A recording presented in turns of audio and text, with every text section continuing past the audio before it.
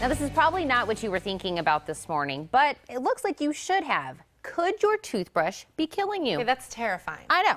According to Dr. James Mattingly, there are 3 ways your toothbrush could actually be doing just that. Well, welcome, doctor. Thank you for having me. This is terrifying to me, this topic, so early on a Monday morning. Now, okay, I've heard that plaque can be one of the factors of heart disease. So tell us a little bit about that. All right, so there are 3 ways that your toothbrush could be killing you. The first 2 are really deadly serious. The third one is just a little more embarrassing. The first one you mentioned, dental plaque. So there have been medical studies linking excessive plaque buildup on our teeth and our gums to plaque buildup on the coronary arteries of the heart. And so your toothbrush, if you're not using the right brush or the right brushing technique, could actually contribute to heart disease.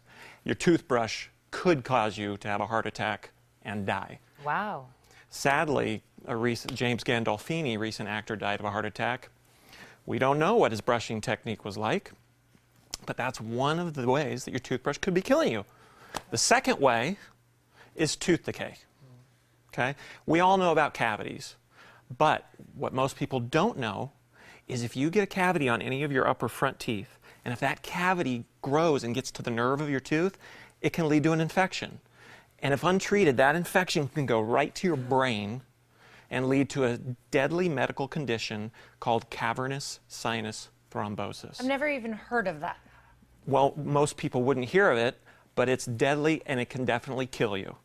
And I know sometimes people, maybe they don't know they have the wrong toothbrush. They don't know they're doing the wrong thing, and they're listening to you right now going, okay, is that me? You know what I mean? Am I one of those people? So we definitely want to make sure we take all the too serious, things that could be doing something. But like you said, the last one, it is, like I said, it is a little embarrassing. Right. I like to call this one the Clark Gable conundrum. Okay. So Clark Gable was an iconic Hollywood actor, but he was also known for having notoriously bad breath. I didn't know that. What Did a you know horrible that? thing to be known for. I had no idea. In fact, it's rumored that his bad breath could have contributed to the fact that he was divorced 4 times. I don't know. That sounds pretty accurate. But what we do know is that if you're using the wrong brush or brush technique, it can lead to bad breath. We call it halitosis. Right. Okay? And bad breath can definitely kill your social life or maybe even kill your marriage. And that's plaque on your teeth? Is that plaque like on the roof of your mouth? And your Everywhere. tongue? The gum, the palate, the teeth. I mean, everywhere. And you are here to tell us how Well, to avoid these 3 horrible things. You're going to save our marriage. Please.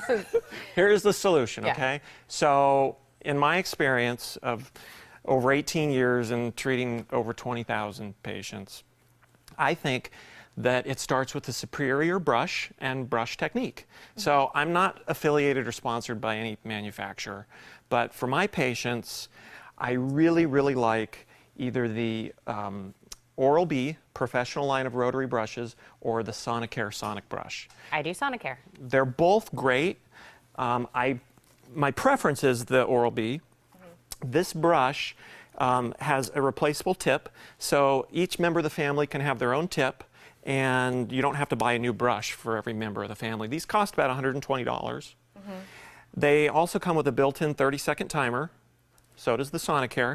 It tells you when to move from one corner of your mouth to the next, so you get a perfectly even clean. And it even has, if you don't mind me turning it on, if you're brushing and you push too hard, you'll see a red light come on. Oh. And that tells you to back off because pushing too hard, not good for the gums either. It's almost like brushing your teeth for dummies. It's like it gives you the timer, it tells you when you're pushing too hard, and even though, like you said, it was a $100 and something, it's a great investment. Oh, how big of an investment is your teeth when it comes to the possibility of heart disease, tooth decay, or an infection in the brain, or, let's face it, bad breath? Even root canals. I mean, those are wildly expensive. I would rather spend my money on a really quality toothbrush like you recommend. Now, a lot of people still will use a manual brush. My only suggestion is that if you're going to do that, make sure it's either a soft or extra soft bristled brush. Do not buy a medium or hard bristled brush. They're still out there. Don't buy them. Very hard on the gums. That's a very good tip to take with us because I'm sure a lot of people just go and grab whatever right off the Exactly. shelf. They do. So, doctor, we're going to thank you so much for saving our marriages and saving our health. And to learn more about oral health and Dr. Mattingly, you can call 925-933-5446 or log on to walnutcreekdentist.com.